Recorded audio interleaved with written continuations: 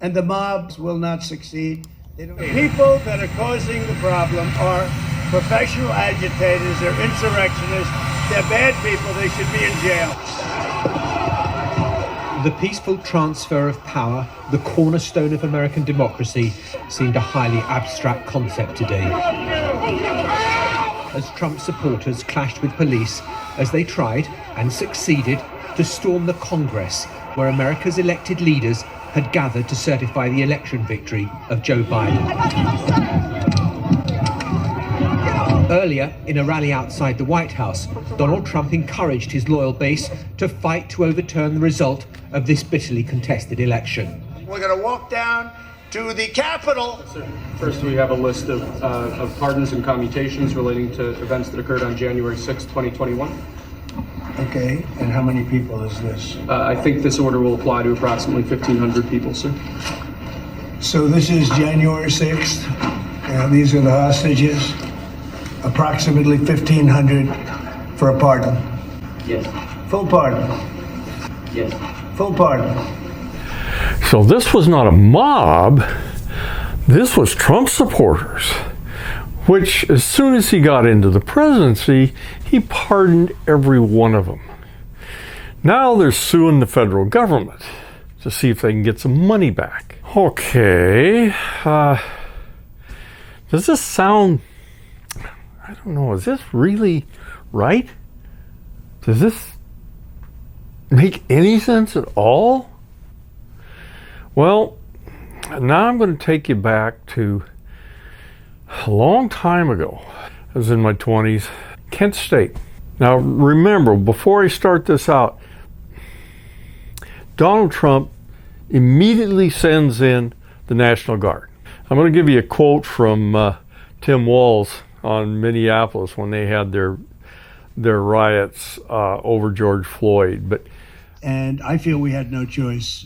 I don't want to see happen what happened so many times in this country. I watched Minneapolis burn.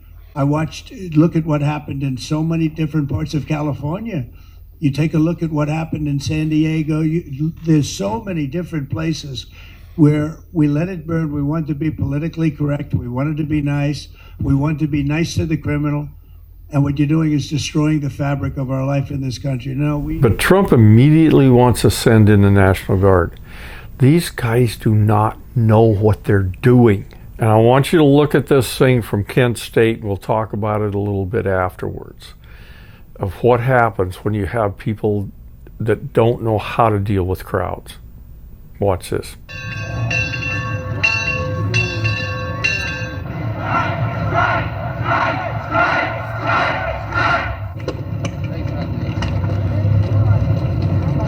Tear gas first started down the Commons, then the guard moved up on both sides of Taylor Hall and forced the kids off the Commons.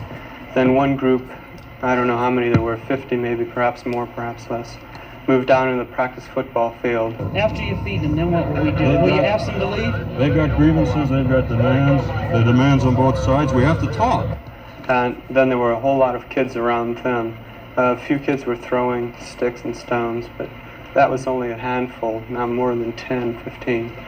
And then the guard shot some tear gas up on the hill to disperse the crowd, and the kids picked it up and threw it back. We'll fly out.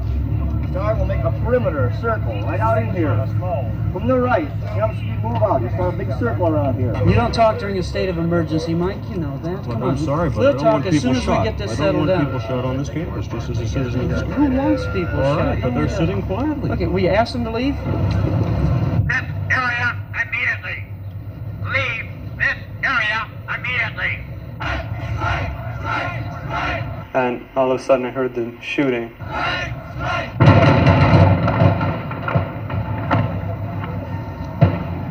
And then I saw people dropping to the ground, and then I fell to the ground also, because I couldn't walk anymore. Okay, now what I'm going to talk about here, I've shown you a bunch of these pictures and videos of Kent State and the Trump's little riot in Washington, D.C. that he says we're all hostages. Well, anyway, what I'm going to talk about now, And I showed you this quote a little earlier. Tim Walz, he was in the National Guard for 24 years, I think. And when Minneapolis, the mayor of Minneapolis called him up and said, I need the National Guard, he says, well, hold it, what do you want? What are we going to go there for? Now, he knew what the National Guard was. They are not crowd control. Unfortunately, they'll do things like what happened in Kent State. You give them live rounds, they're liable to use them. And so he made an absolute sensible decision to hold off until he knew what was going on, and then he sent them in. Okay, Trump just sends them in. He didn't care. Now look at these guys. If you look close to this M4 with his magazine, that's live rounds that are in there. Why would you bring live rounds into a city in this country if you do not intend to kill people? You know, one of the old things we used to say about carrying a gun, do not point your weapon at anything you do not intend to shoot. And let's go a little farther than that. Don't carry the weapon unless you are intending to kill someone. And we've got cooks and clerks. That's what they are. I'm not beating them up. They're just National Guard guys. Okay, let me tell you a little story. I was in the military, and my station was a stockade. Stockade is a military prison. And this was in the 70s, 1970, 69, 70. And there were a lot of race riots. And we had race riots in the prison.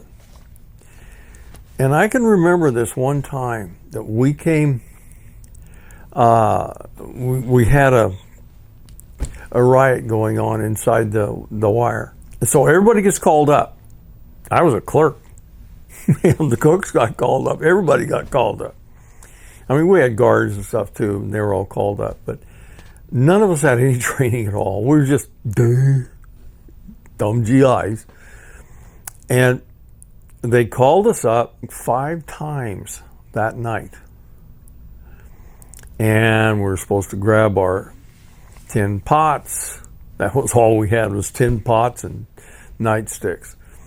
And we went to the Sallyport gate, and they're ready to send us in.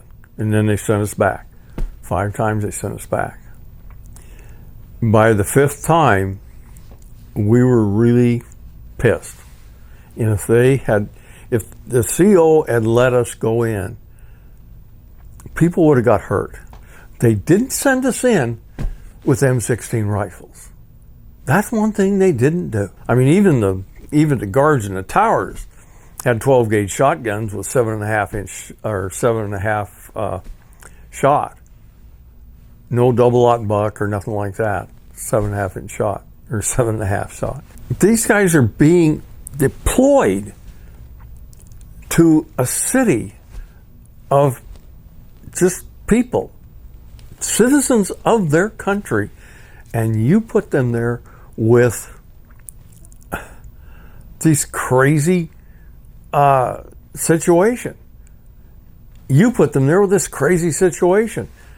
It's very possible some of these guys are going to start shooting people. And we're going to have Kent State all over again. I even watched these guys that are defending the detention center or something. And they're sitting up there with a bunch of non-lethal stuff, which, talk about non-lethal. Do they even know how to operate these things? Have they ever used them before? I've been in the military, man. There's a lot of stuff that we were not trained on, and they gave it to us anyway. This is just, it's a powder cake. And Trump just uses it as this, I can use this to, make my point. But people's lives are in danger here. Now I'm going to show you another video that I thought this was interesting. that rubber bullets, despite what everybody wants to tell you, are not non-lethal. People die from rubber bullets. And watch this. She's a Australian news person, and she's talking about something. I don't know what she's talking about. And a police officer simply looks over at her and points his rubber bullet gun at her and shoots her with it. And of course, it's extremely painful. You're letting loose those police officers that are pretty much like the guy that killed George Floyd. You're letting loose this. You're saying it's okay.